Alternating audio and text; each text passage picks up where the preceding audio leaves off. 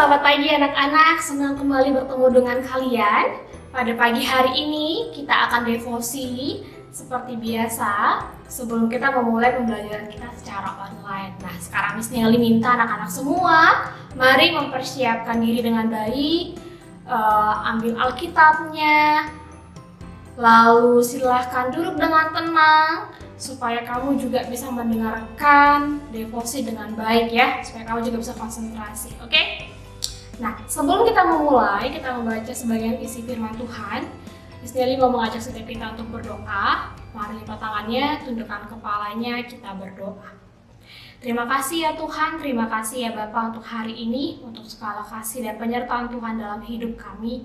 Kami bersyukur pada pagi ini Tuhan masih memberikan kami kesempatan sehingga kami bisa bersama-sama membaca dan merenungkan satu bagian dari firman Tuhan secara online. Tapi biarlah Tuhan, di tengah-tengah kondisi seperti ini kami bisa fokus dan kami konsentrasi untuk memahami maksud Tuhan dari setiap firman yang akan kami baca. Ini kami, dalam nama Tuhan Yesus, kami telah berdoa. Amin. Oke, sekarang mari buka Alkitab kamu. Kita buka dari kitab Nehemia 5 ayat 1 sampai 19. Oke. Nah, ini ayatnya ada 19 ayat, tapi kita tidak akan baca semuanya. Miss Nelly akan baca dari ayat 10 sampai ayat 13, tapi nanti anak-anak di rumah silakan baca keseluruhan supaya lebih mengetahui kondisi dan konteks pada saat itu ya. Oke, Miss Nelly akan baca, anak-anak boleh mendengarkan dengan baik. Ayat 10. Juga aku dan saudara-saudaraku dan anak buahku telah membungakan uang dan gandum pada mereka. Biarlah kita hapuskan hutang mereka itu. Biarlah kamu kembalikan kepada mereka hari ini juga ladang mereka, kebun anggur, kebun zaitun, dan rumah mereka. Pula hapuskanlah hutang mereka, yakni uang serta gandum, anggur, dan minyak yang kamu tagih daripada mereka. Berkatalah mereka, itu akan kami kembalikan, dan kami tidak akan menuntut apa-apa dari mereka. Kami akan lakukan tepat seperti yang engkau perintahkan. Lalu aku memanggil para imam dan menyuruh mereka bersumpah bahwa mereka akan menepati janji mereka. Juga kukebas lipatan bajuku sambil berkata, demikianlah setiap orang yang tidak menepati janji ini akan dikebas Allah dari rumahnya dan hasil jeripayahnya. Demikianlah ia dikebas dan menjadi hampa. Dan seluruh jemaah berkata, amin. Lalu memuji-muji Tuhan. Maka rakyat berbuat sesuai dengan janji itu. Nah, anak-anak, satu minggu ini kita banyak belajar dari seorang tokoh yang bernama Nehemia. Dari hari Senin, Selasa, Rabu, dan ini adalah hari Kamis, anak-anak pasti sudah mengenal siapa Nehemia. Ya, Nehemia ini seseorang yang Tuhan panggil, Tuhan pakai, dan ia diutus Tuhan kembali ke Yerusalem karena sebelumnya mereka di tempat pembuangan ya, untuk memperbaiki atau membangun kembali tembok Yerusalem yang runtuh. Nah, anak-anak tahu ya, arti sebuah tembok dalam sebuah bangsa itu sangat besar. Jadi ketika tembok itu hancur, maka ya bangsa itu dikatakan hancur. Makanya Nehemia sedih mengenai kondisi itu, dan Tuhan panggil dia diutus untuk membangun kembali tembok Yerusalem. Anak-anak, kalian pasti sudah tahu Nehemia ini adalah seseorang yang dipercayakan raja untuk memimpin suatu daerah ya di Yerusalem. Dia memiliki posisi sebagai seorang gubernur, pemimpin yang posisi yang tinggi ya. Dia orang Israel, tapi dipakai untuk memimpin dalam kondisi mereka sebenarnya pada saat itu sedang ini ya, sedang di bawah pemerintahan Raja Artashasta ya. Nah, kalau kita perhatikan kondisi mereka saat ini, Nehemia memperhatikan keluhan-keluhan dari saudara-saudara sebangsanya, bangsa Yahudi. Dia melihat saudara-saudara sebangsanya ini mengeluh begitu. Kenapa mengeluh? Nah, ayo kita lihat di ayat 2. Nah, mereka dikatakan berteriak ya, anak laki-laki, anak perempuan kami banyak, kami harus mendapat gandum supaya kami bisa makan, supaya kami bisa hidup begitu ya. Lalu ada yang mengatakan kami harus sampai menggadaikan ladang kami, kebun kami, supaya kami bisa mendapatkan gandum pada waktu kelaparan. Lalu dikatakan mereka harus meminjam uang untuk membayar pajak kepada raja. Lalu dikatakan lagi setelah itu, walaupun kami ini saudara sedaging dengan saudara-saudara sebangsa kami, namun kami terpaksa membiarkan anak lelaki dan anak-anak perempuan kami menjadi budak. Dan sudah beberapa dari mereka menjadi budak. Maksudnya apa? Mereka sama-sama bangsa Israel. Dan kondisinya mereka sesama bangsa, mereka memperbudak saudara sebangsa mereka. Tapi fokus kita bukanlah di masalah memperbudaknya ya. Ya, memang pada zaman itu berlaku istilah budak, tetapi menurut hukum Taurat dikatakan bahwa mereka akan diperbudak, tapi pada tahun ke-7 mereka akan dibebaskan. Hutang-hutangnya akan diputihkan lah istilah begitu. Tapi dilihat kondisi mereka pada saat itu, konteksnya pada saat itu, mereka tidak melakukan seperti yang seharusnya. Mereka tetap memperbudak sesama mereka, sesama bangsa Yahudi. Nah, itulah yang akhirnya membuat Nehemia sedih, ya. Bahkan di ayat 8, Nehemia menegur mereka. Nehemia berkata, kami selalu berusaha sedapat-dapatnya untuk menebus sesama orang Yahudi. Ya, dia sedapat-dapatnya menebus sesama orang Yahudi yang dijual kepada bangsa lain. Tetapi kamu ini justru menjual saudara-saudaramu supaya mereka dibeli lagi oleh kami. Nah, ketika Nehemia menyampaikan itu, mereka semua terdiam. Jadi kondisinya Nehemia sedang bicara kepada mereka ini orang Yahudi di situ ya. Lihat nih, kami, maksudnya Nehemia dan mungkin ya rekan sekerja dia lah di masa pemerintahnya pada saat itu, berusaha untuk menebus temannya dari bangsa lain. Lah, ini kita yang sama satu bangsa, kenapa menjual sama kita? Gitu ya. Jadi dia tegur tindakannya. Tidak sampai di situ saja. Kalau kita perhatikan dari seorang Nehemia, ini kita berbicara tentang teladan Nehemia ya. Kalau kita memperhatikan,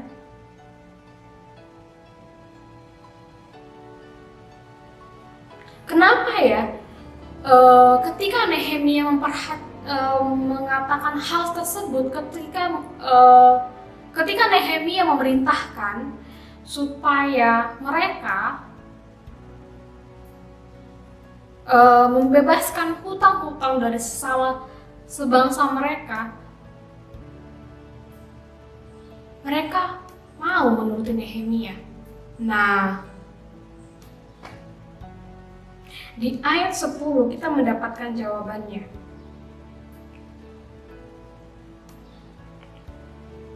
Pada ayat 10 dikatakan bahwa baik Nehemia maupun kaum keluarga Nehemia sudah terlebih dahulu melakukan penghapusan hutang.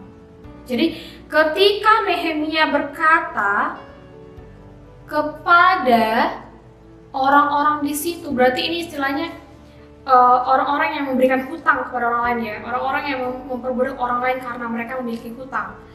Mereka mengatakan kepada orang-orang inilah, orang-orang ini dalam tanda kutip berada lebih dibandingkan yang lain, yang budak ini, untuk melakukan penghapusan hutang, ya.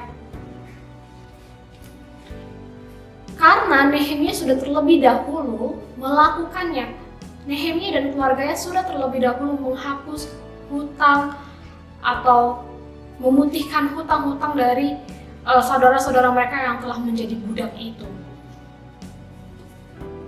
Nah, dari sini kita belajar bahwa tidak ada seorang pemimpin yang akan didengarkan kecuali ia sendiri menjadi seorang teladan. Lalu kalau kita perhatikan di ayat selanjutnya, ayat 11, 12, 13, akhirnya orang-orang itu bersumpah akan melakukan penghapusan hutang. Mereka membebaskan orang-orang miskin di Israel dari hutang mereka. Nah, kenapa ya? Kembali lagi, karena Nehemia sudah terlebih dahulu melakukannya. Nehemia sudah terlebih dahulu melakukan penghapusan hutang itu kepada orang-orang miskin di Israel. Nehemia menghapuskan hutang orang-orang yang meminjam kepada dia. Nah, karena itu akhirnya seluruh rakyat juga bersedia menghapuskan hutang orang-orang yang meminjam kepada mereka. Di ayat selanjutnya, di ayat 19, di ayat 14 sampai 19, kalau kita baca lebih lanjut lagi, di situ dikatakan bahwa Nehemia ini berbeda dengan pemimpin sebelumnya. Nehemia ini berbeda dengan gubernur sebelumnya. Ya, kalau kita perhatikan, Nehemia ini bukanlah seorang pemimpin yang mengambil keuntungan dari rakyatnya. Dia bukanlah seorang pemimpin yang memeras rakyatnya untuk kepentingan dirinya sendiri. Tidak sampai di situ saja, bahkan dia memberikan contoh yang baik bagi setiap rakyatnya supaya bisa mengikuti teladan dia. Bahkan kalau kita baca lebih lanjut lagi, Nehemia berani bekerja tanpa mengambil jatah ladang yang seharusnya menjadi hak milik gubernur. Wow, hebat sekali ya. Dia tidak mengambil yang seharusnya menjadi bagiannya, jatahnya, karena dia tahu rakyatnya tidak mampu. Dia tahu rakyatnya tidak bisa dan dia tidak ingin menyiksa rakyatnya. Kenapa? Karena kalau kita baca di ayat 2 tadi, untuk makan aja mereka susah ya. Bahkan anak-anak mereka itu harus menjadi budak. Lalu mereka harus meminjam uang supaya mereka bisa bayar pajak kepada raja. Apalagi ditambah kalau mereka memberikan bagian-bagian tertentu yang harus menjadi jatahnya si Nehemia. Tapi Nehemia tidak mengambil itu. Ini luar biasa sekali ya. Berbeda dengan gubernur yang sebelumnya. Lalu dikatakan, bahkan Nehemia memakai uangnya sendiri untuk menyediakan hidangan bagi tamu-tamu yang datang menemui dia. Nah, tamu-tamu ini biasanya adalah orang-orang yang istilahnya mereka tuh pemimpin. Nah, tamu-tamunya adalah pemimpin-pemimpin yang berada di sekitar daerah Yerusalem dan Yehuda. Nah, kerelaan berkorban yang kita dapatkan dari Nehemia ini adalah satu hal yang penting yang kita bisa lihat dari seorang Nehemia. Dia tidak hanya menjadi teladan dengan melakukan pembebasan hutang, atau dalam istilah lain dia juga bahkan melakukan dia rela, ada kerelaan dari dia, kerelaan untuk berkorban. Dia bahkan harus menggunakan uangnya sendiri untuk membiayai tamu-tamu itu. Dia tidak ingin menyusahkan rakyatnya yang sudah susah begitu. Dan oleh karena itulah akhirnya rakyatnya, orang-orang yang ada di daerah itu menghormati seorang Nehemia. Karena dia tidak hanya menjadi seorang pemimpin, tapi dia adalah pemimpin yang dapat diteladani, pemimpin yang rela berkorban. Pemimpin yang sebelum memberikan perintah kepada rakyatnya, dia sudah terlebih dahulu melakukannya. Dari sini kita bisa melihat ada dua hal keteladanan pemimpin yang kita bisa lihat dari seorang Nehemia ya. Yang pertama yaitu keteladanan hidup, dan yang kedua adalah kerelaan untuk berkorban. Nehemia tidak hanya memerintahkan orang lain untuk berkorban bagi orang miskin, dia tidak hanya meminta rakyatnya untuk berkorban bagi orang miskin, tetapi dia sudah terlebih dahulu melakukannya. Ya. Dan dia sudah memberikan contoh kepada rakyatnya, sehingga rakyatnya pun menghormati dia, bahkan mengikuti jejak keteladanannya. Nah, kalau kita lihat dari seorang Nehemia, apa yang bisa kita tarik dalam kehidupan kita? Contohnya ya, anak-anak mungkin merasa saya masih sekolah, saya masih seorang murid, masih SD begitu ya, masih kelas 1G, kelas 2G, kelas 3G, kelas 4G, 5, 6 gitu ya. Apa yang bisa saya lakukan yang bisa menjadi teladan bagi orang-orang sekitar saya begitu? Banyak. Ya, contohnya kamu meskipun kamu masih kecil, meskipun masih anak-anak, tetapi ketika kamu bisa memberikan contoh yang baik, misalnya kamu adalah seorang kakak di rumah atau seorang adik di rumah memberikan contoh yang baik, maka adikmu akan melihat kamu. Sederhananya adalah ketika kamu belajar di rumah, ketika kamu mengerjakan tugas kamu di rumah, PR-mu di rumah, atau kamu bisa menjadi anak yang baik, dengar-dengaran sama orang tua, itu pun kamu sudah menunjukkan satu keteladanan yang bisa ditiru oleh orang lain. Begitu ya. Ketika kamu duduk dengan tenang pada pagi ini, kamu mendengarkan devosi dengan baik, itu pun kamu sudah menunjukkan satu keteladanan yang baik. Sederhananya seperti itu. Miss Nelly yakin kamu juga sedang berusaha untuk melakukannya ya. Tidak hanya kamu, bahkan ketika kamu sudah besar pun, kita masih terus berjuang untuk melakukan hal ini. Bahkan Miss Nelly pun sebagai seorang guru belajar untuk menjadi teladan bagi murid-murid, sama seperti guru-guru yang lain. Sehingga ada hal baik yang bisa diteladani. Nah, demikian devosi kita pagi ini. Semoga anak-anak bisa belajar dengan baik, menunjukkan sikap yang baik dan menjadi teladan. Ya, di rumah, baik itu kepada saudara-saudara, kakak adik, teman-teman, bahkan orang tua, kita bisa menunjukkan satu keteladanan yang baik, sama seperti Nehemia. Gitu ya.